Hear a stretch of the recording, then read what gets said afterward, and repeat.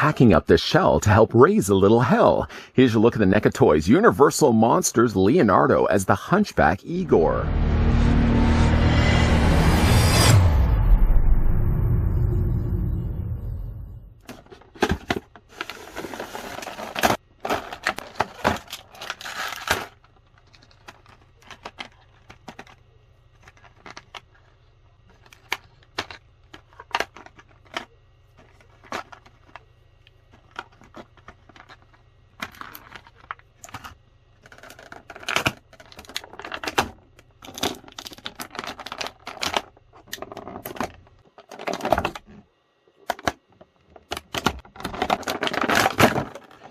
He's the brains behind the monster and has the jar to prove it. NECA is thrilled to announce a new addition to its Universal Monsters and Teenage Mutant Ninja Turtles action figure collection. The line pays tribute to the world's most famous turtles and universal icons of horror.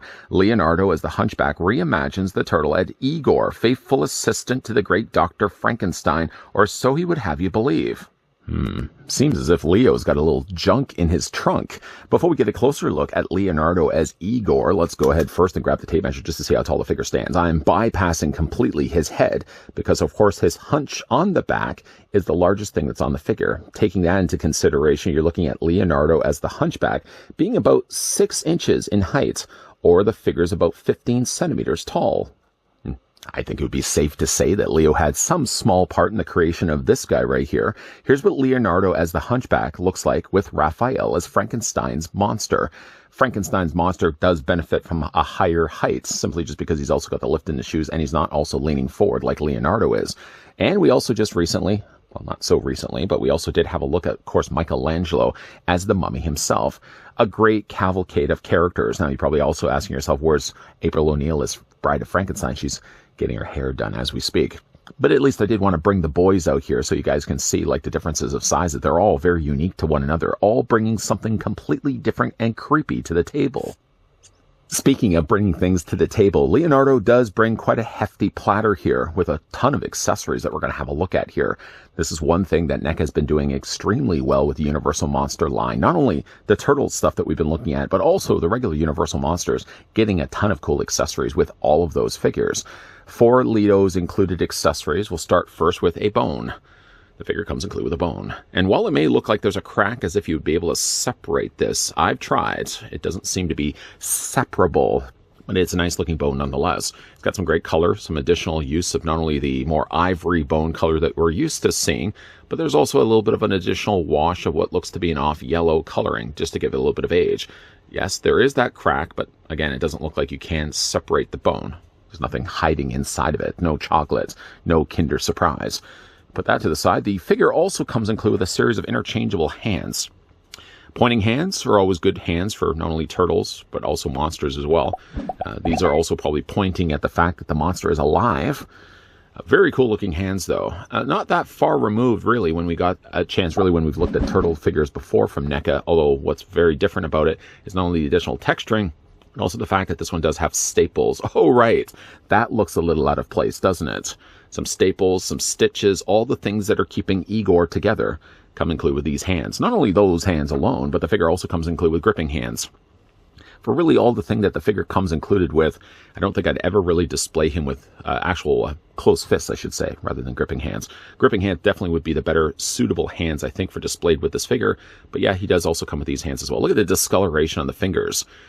I don't think Igor is all that much worried about washing his hands or just hygiene in general. But anyways, he comes with some closed fists. The figure also comes included with a gripping hand, and he also comes included with a relaxed hand.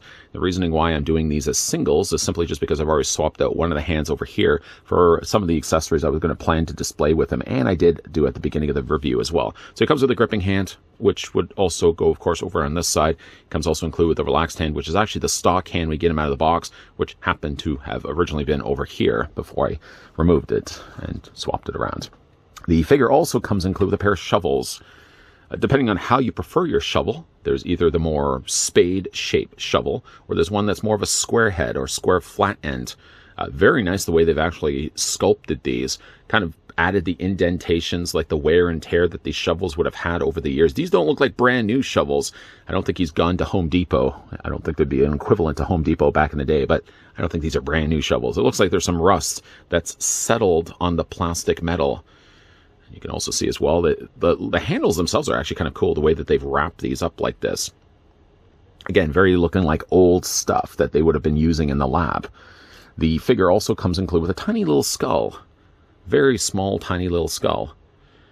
It looks human, although the mouth is a little bit more predominant here. The teeth, the way they stick out like this. It's not likely a turtle shell or a turtle skull, I suspect, but there's a hole on the bottom of it. This is going to come into play in a little bit in a moment, so bear with me with that. But the head sculpt does look like it originally started as black plastic. And then they probably have added then a white bit of paint with a little bit more of that kind of creamy colored coloring, kind of that beige color in front of it as well. I love the sizing of the sockets of these eyes. Very cool looking skull. Again, we're going to come back to this in a second. Remind me if you can. The figure also comes included with a pair of katanas. Ding! It's not the sound that katanas make. But like the shovels, they look like they have some rust settling on the metal. You got some rivets there as well. The blades look pretty cool too. The blades aren't necessarily flat, as they do have a very distinct triangular shape to them. Handles, of course, very nicely wrapped as well. You can see in this case, the ends of the actual hilts, you can see have some spiked balls on the end of it. Not super prickly, but just be careful of them. The figure also comes included with a couple of flames. The flames don't serve much of a purpose as of right now until you actually then bring back in the swords. The reasoning why I wanted to look at the swords first. The blades, actually, just see if I can fit this over top, fits right onto the very end of the blades. So if you wanted to have Leo wielding, for example, flame swords, you can easily pull that off by just, again, sliding that over on the end of the plastic. Certainly like to maybe make use of these flames for another figure. I'm not really sure what I would use it for, but when you ever get flames like this, you want to maybe get around to maybe not even using them just with the figure alone that he comes included with, but maybe use these flames for some other purpose. Leave it with me. I'm going to come up with something creative. But again, like you've got, as I'm holding this here with the swords, you can see it's more of a translucent orange plastic, and there's a little bit of yellow that's been added in there as well. Really nice flame effects. Going to go ahead and remove those for right now. And the last thing that the figure also comes included with is the brain. By far, and the real reason why I actually left this for the last, favorite thing about this is the fact he comes included with a little canister of brain. Some tanks in there, keeping, I'm guessing, fresh. You really want to keep the lid on this at all times. It keeps the brain moist, it keeps the brain fresh, it keeps the brain from stinking up the joint. You can see there's a few little dials there on the front, but the neat thing about it, though, is that you can actually take the canister and open it up, exposing said brain. Oh, the air is going to spoil it. I think the brain was already spoiled before that. And what you can also do, too, is you can detach the brain altogether. Just whatever you do, don't lose the brain. The brain, unfortunately, then leaves a hole behind, but you've got yourself a very nice-looking brain that he can wield in his hands, or if you want to use it for another purpose, you can certainly do that as well. Let's just get that back in there before I lose the brain. Plug that in place. So, some really cool stuff going on here with Leonardo, but oh, wait, there's more. I sound like an infomercial. If you take your turtle and you pick him up, and first of all, you get yourself a very large shell here on the back, you can actually then open up the shell. Wait.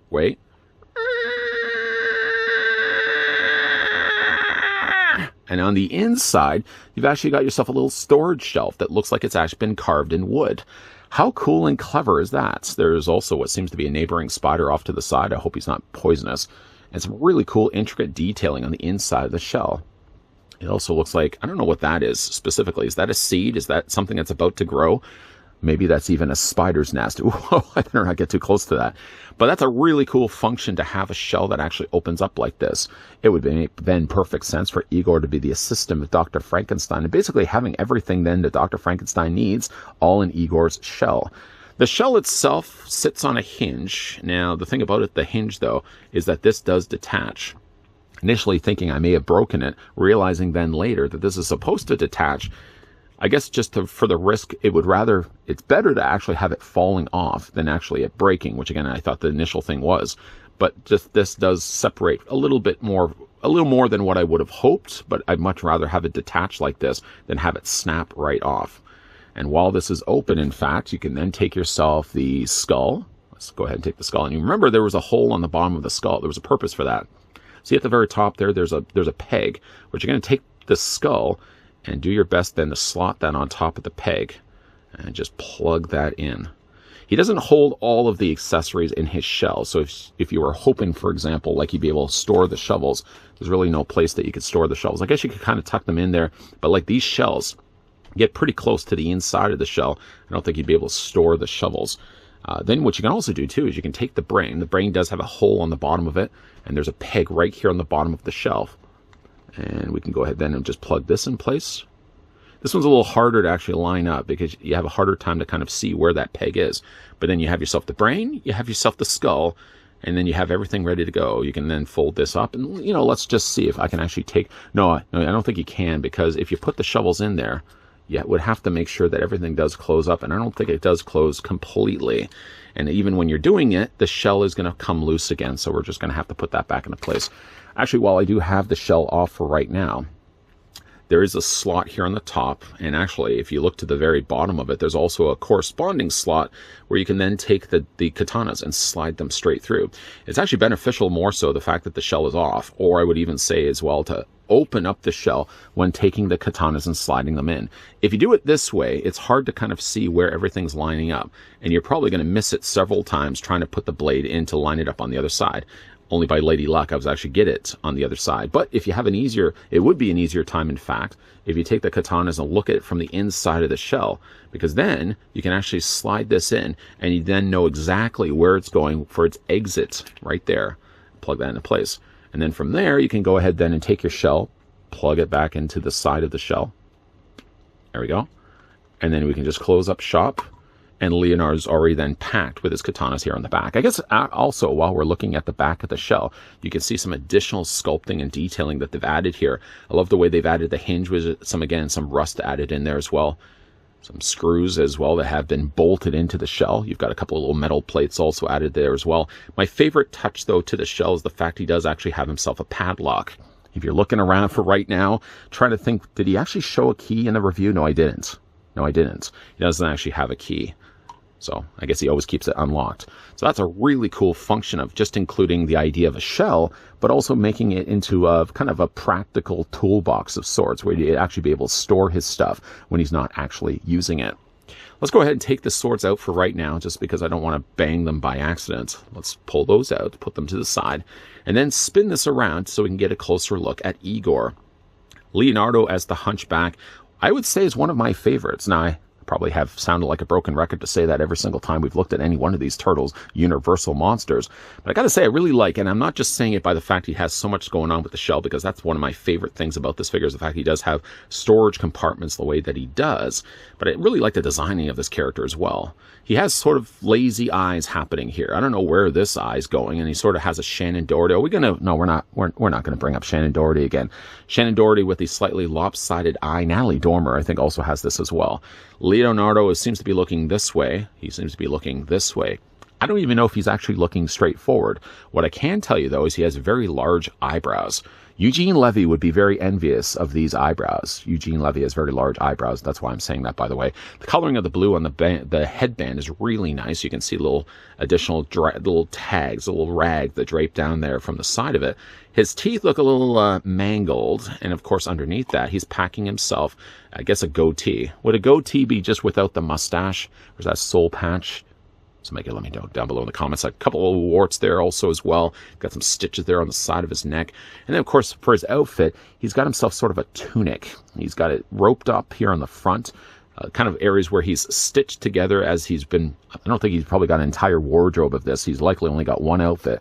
Dr. Frankenstein, is shilling out much money when it comes to Igor's outfits. But the outfit itself looks really nice, the way they've handled this. There's all these bugs and stuff crawling all over. He's got a rope for a belt. The man's got a rope for a belt. Although he does have still the traditional thing that you would expect to see with Leonardo, sort of a sashed belt that he has across the front of his chest. He's got the elbow pads there here on the side. It looks like he is shackled, unfortunately. Although it looks like there's no dangling chains. So Igor's broken free a long time ago. Stitches there also in his pants. Some really nice detailing with some additional... I love the blue. I love the blue that they end up using here for these beetles or bugs or whatever those things are that are crawling all over Leo's legs. And then one thing he does actually have, unlike the shackles on his arms, He does actually have a chain that comes down from the shackle for his leg. He has no shackle on this side, so this is likely a shackle that's probably chained him up inside of his cell, and he's obviously broken free from that. But again, you've got some really nice rusted coloring that they've added to that. Overall, just a great looking figure. Okay, for the articulation on this guy, now his head, as you can already see, isn't going to be looking up like this. It's going to be looking forward. So his ball joint, when you are rotating it, technically is going to still rotate the head the same way, but it's going to only rotate it looking in a forward direction. The head looks up only just by a little bit, and the head can also look down only just by a little bit. You can also rock the head back and forth also as well. The arms do come out. They're a little tighter on this figure, but again, I much rather tighter joints than super loose joints. The arms, even then, only goes out to about 45 degrees. You can take then the arms and rotate them forward. You can rotate them back. The figure does have a double hinge on the elbow technically, even though his elbow pad really does take over a lot of that space where the joint normally would have been. Hands rotate, though, all the way around. You can hinge them also back and forth. The figure does have no articulation, it seems. Maybe there's a little bit of a ball joint happening here, but you're really not going to be getting much of anything out of it. Legs do split out. Once again, relying on ball joints on the inside of the thighs. You can take the legs and move them forward. You can move them back. Figure does have a double hinge on the knee. Once again, kind of limited by the fact he's got a big knee pad in the front of it. And then he does have articulation in the feet. And also it rocks back and forth as well. I'm sure the question you probably are also asking yourself is, how well does this guy stand? Considering he's got so much stuff in the back, how does Leo also stand? Well, I got to tell you one thing. The figure, though, stands what you would probably imagine. There is a lot of weight really happening on the back of the figure's body. And one thing I've also noticed here with Leonardo is that the ankles, not loose necessarily yet, there seems to be some potential for them to develop looseness over time. The knees are also a little on the more looser side, unfortunately, which is a bit of a shame because, yeah, you're going to be putting a lot of the weight then on the knees, and Leo may take a tumble. So you may want to have this guy a little further back on your shelf. Maybe, in fact, you may want to even have him further behind maybe Raphael, who of the two turtles seems to stand a whole lot better. Now, obviously, in a case like this, I don't know, you may want to get all the four turtles. I certainly am all on board getting all the four turtles. The thing about this, though, is if you're just a big fan of one character like the Universal Monsters Frankenstein, for example, you might find yourself just getting one of the turtles. But I would not say pass on the idea of picking up the rest of the brothers, because so far what we've been getting from NECA toys have been fantastic. Each bearing, of course, not only the likeness of the turtle brother, but bearing also a very strong likeness of the Universal monster in which that turtle is portraying in that figure release. At the end of the day, Leonardo as the Hunchback turned out to be a stellar-looking figure release from the folks over at NECA Toys. One may be able to notice right away that in here in Final Looks, I've actually got the turtle displayed with flaming katanas in his hand. Somewhat excessive, but I do like the idea that they included flames for something to do on the ends of the blades, like if the blades weren't cool enough. Speaking of things that are cool about this figure, one thing is, my favorite thing about the figure is the fact that his shell does open up. Playing into the idea that he has so much hunch in his back, at least the hunch does open up and he can store stuff inside, like the skull, like the canister of brain. He doesn't seem to be able to store the shovels, though. Now, I did try to fit the shovels back in there. You could, in theory, be able to put everything in there, but it's a lot of moving stuff around, and you don't want to actually break the blades of the katanas if you have them slotted in. Now, the shell, as I've noticed, at least the time that I've had the time experience of having this figure out of the packaging for the few hours that I have, the shell does seem to come off a lot. But one good thing, at least about the shell, is that they've designed it in such a way that when the shell comes off, it's not coming off because it's broken. It's coming off because it's unpegged from the side. And it does make sense that they would have done it that way. Clever, in fact, that they did it that way. Instead of something that had the risk of being broken, instead, if anything, you can take the shell completely off and plug it back into place when you get the katanas slotted in place. Now, you may not see it right now. He actually does have the skull, and he does also have the brain contained inside the back of his body. It does, of course, result in the figure being a little back-heavy, not even with any of the things inside his shell, but he is a little more back-heavy as a resulting of that. And I've already noticed that the figure getting him out of the packaging did have some already loose knees and some already loose ankles.